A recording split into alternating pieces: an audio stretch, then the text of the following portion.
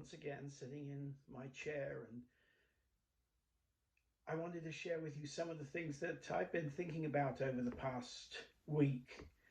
Um, if you heard my sermon on Sunday morning, you'll know that presence has been a really important recurring thought, trying to understand what it means to live in God's presence. I was really interested as I read once again the first few chapters of the book of Genesis in my devotions at the beginning of this year, with the fact that God, when he asks Adam to come and spend time with him, when he comes and brings the animals and said, hey, give them names, God was looking for partnership with the human race. That's how he intended us to live. He intended us to live in partnership with him. We talk about relationship, we talk about family, we talk about all of those things, and those are all really important. But he also intended us to be partners with him in the way we steward the creation. Now, we don't have to look very far to realize how well we've done with that, but beginning to understand that God chose. He didn't have to. He could have named all the animals himself and gone to Adam and said, look, by the way, this is a cat, this is a dog. But he didn't. He said, let's name them together. Let's be partners. Now, however you see Adam, whether you think he was a literal single human being or whether you think he is simply representative of humanity as a whole, I don't really think matters, because the principle that says there that is set out in those early chapters of Genesis is that I want to partner with you. And of course, man decided that he didn't want to partner with God. He could do things by himself. And the rest of Scripture is God reestablishing that partnership. And when we read in Genesis, in Revelation, what things will be like, God will dwell with his people. He will reestablish that partnership that he intended to start from the beginning.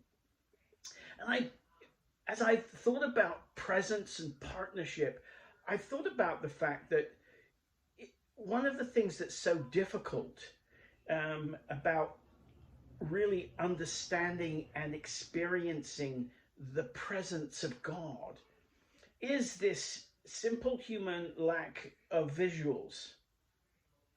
But it occurred to me this week that as God seeks to be our partner, he needs us to be in communication with him and walk with him for a partnership to work. And the lack of us being able to see him actually helps that, because the fact that I can't see him means I have to sit and think and focus on the fact that he is present with me, wanting to partner with me.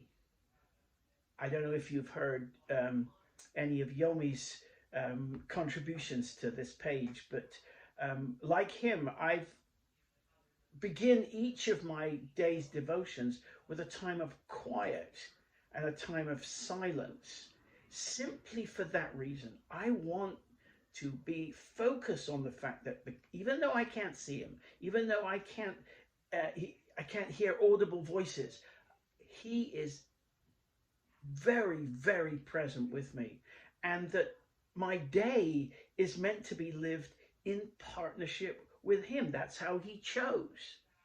And so my ability to focus, to remember, to choose partnership with him, just like he chose partnership with me, is incredibly important.